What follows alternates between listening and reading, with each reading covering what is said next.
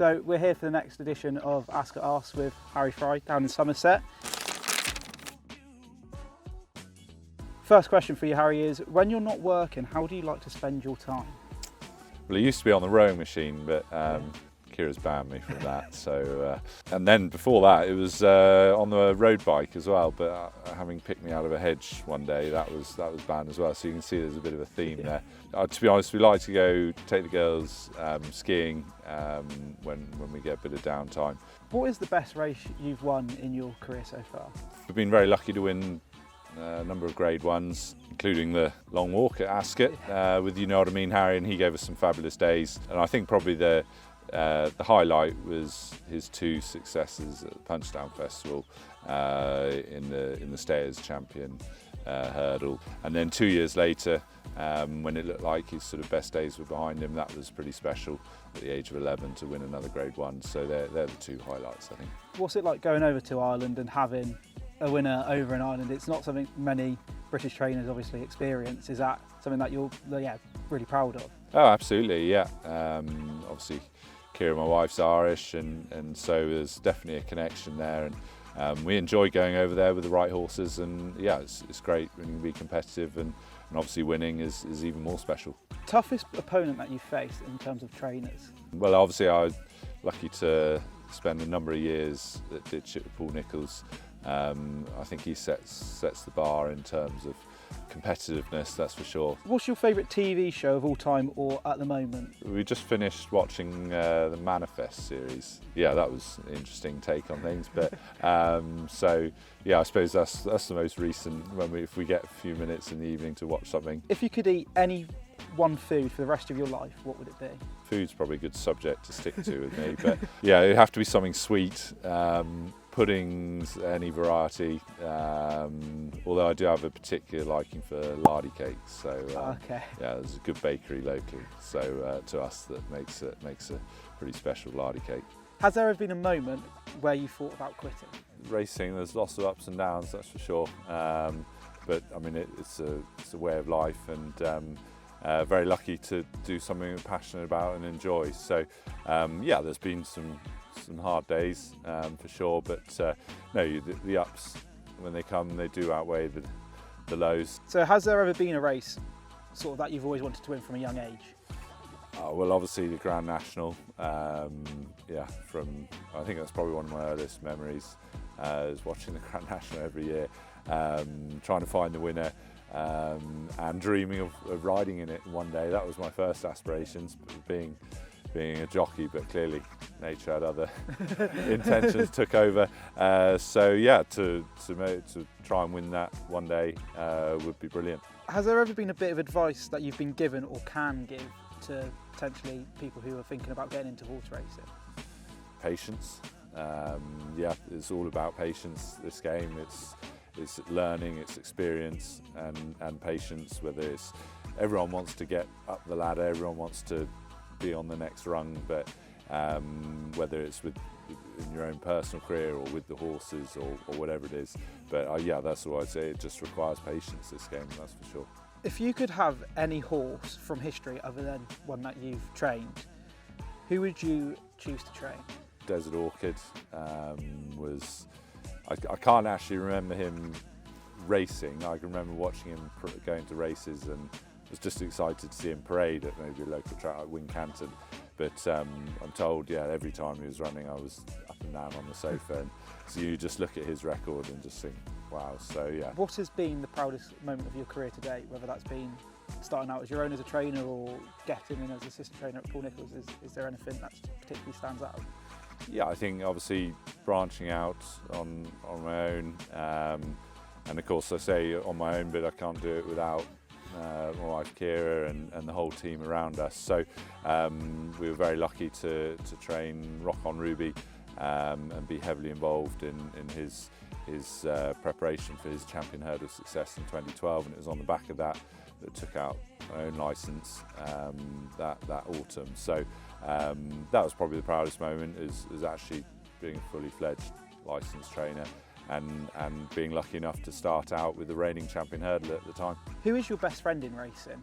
I spent 4 years at Ditchit working very closely with Dan Skelton, and we still get on very well. And so yes, there's rivalry, but there's good friendly rivalry, and it's great to see him doing so well. And yeah, so he'd be one of the closest friends.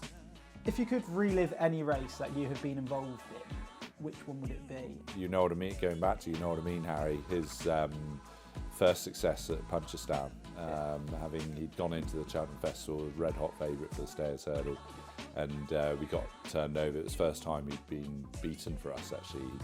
Over the course of 2 seasons, he'd been unbeaten in, I think, 8 starts, having won the previous season's Albert Bartlett. And we went into that red hot favourite, and he got turned over. Nicholas Canyon beat us, and so going over to Punchestown, it was a rematch, and yeah, just watching that race, even now it just gives me goosebumps just thinking about it. And the two of them, Noel Feely obviously on You Know What I Mean, Harry, Ruby Walsh on Nicholas Canyon, and they turned in. Noel got first run, and Nicholas Canyon looked like he was coming to take us, but they duelled all the way up the straight, and it was nip and tuck over the last. They pulled miles clear of the third, and that was just having been beaten at Cheltenham to come and sort of get a head back in front. That was pretty special, and gives me goosebumps to this day. What is your first memory of being around horses or horse racing in general? Well, I was very lucky to grow up on a farm with ponies and horses and things about. I remember the excitement going from a first riding lesson and nearly cutting the pony's mane off, thinking that's what you do to get them ready.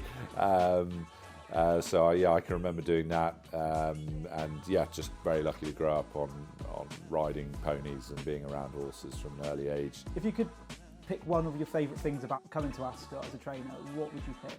So I love the track itself, but then the whole sort of amphitheatre feel about it. Yeah, the way we're all looked after, owners, trainers, and so yeah, I just think it's pretty much the ultimate package. Would you rather be invisible or be able to read minds? Probably don't want to read minds. Invisible, maybe. I'll go with invisible, yeah. We saw you have 3 winners during the Berkshire Winter Million, one of them being Gidley Park. Yeah. How good was it to see him back in the winner's circle, and then also beating a much talked about horse in Coldwell Potter? Yeah, well, obviously, I mean, it was great to just have him back first and foremost, after the scare on his chasing debut, where he was pulled up very early on with it and found to have an irregular heartbeat. So it's fantastic effort on everyone's behalf, the whole team at home here to get him back, and obviously winning was very much icing on the cake on the day. I mean, the game's all about winning, but for us, we just wanted to see him jump and gallop and come home and see the race out well. So to put up that sort of performance was fantastic, and I said at the time, I mean, the dream's alive again. So we're here with Idaho Sun now, who also won at the weekend in the Berkshire Winter Million in a bumper. How far do you think he can go in the rest of his career? It'd be nice if he could tell us, but we can't obviously have asked for any more to this point. 2 from 2. The form had worked out really well at the Newton Abbot, so it was great to see him sort of back that performance up by stepping up on his debut to win a competitive bumper. That was. But yeah, one thing's for sure, he's going to be a lovely novice hurdler next year, and it's just, yeah, it's what this, as I said, it's what it's all about, having young horses coming through that can hopefully be the stars of the future. We're here with Anno Power, who had their first win over hurdles this season. What do you think's what's next for her, and could we see her going for future mares races? Oh, definitely. She obviously had a good campaign in bumpers, including winning well at Ascot. And it's Nola the Lioness now reeled in by Anno Power, who's picked up impressively here under Johnny Burke. A very cool ride on quite a keen going mare, and Anno Power, she's got gears. And so it was great to make a winning start there. First time out over hurdles against Geldings actually at Sandown, where she did plenty wrong but still managed to win. She was due to run recently at Windsor on the Winter Million card, but she just wasn't quite 100%. So we're hoping to obviously get another run into her for experience, with a view to going to Cheltenham for the Mayor's Novice that we were lucky to win a couple of years ago with Love Envoy, I think as long as we can get her right and get the match practice into her, I think she has potential of going there with a very strong chance. So Altobelli won at the weekend at Ascot. Wilthall now headed by Aston Martini. Altobelli coming there with strong claims at the final hurdle. Altobelli took off with a good leap there to land in front from Aston Martini. Then movement like Minnie and Wilthall, who can't go on inside the final half a furlong. And it's Altobelli coming home strongly in the hands of Brian Carver. Altobelli the winner. With 2 wins now at 2 miles free, do you think that's sort of his distance now, or? Definitely, I think. I mean, we ran some good races last season back at over 2 miles at Ascot, and we were unlucky actually that the ground dried out one day, and because he definitely prefers slower ground, and we got away with it at the weekend. But the step up in trip was a real positive, and yeah, I can't see us going back to 2 miles now. And it was a lovely race for him back over course and distance at the February fixture.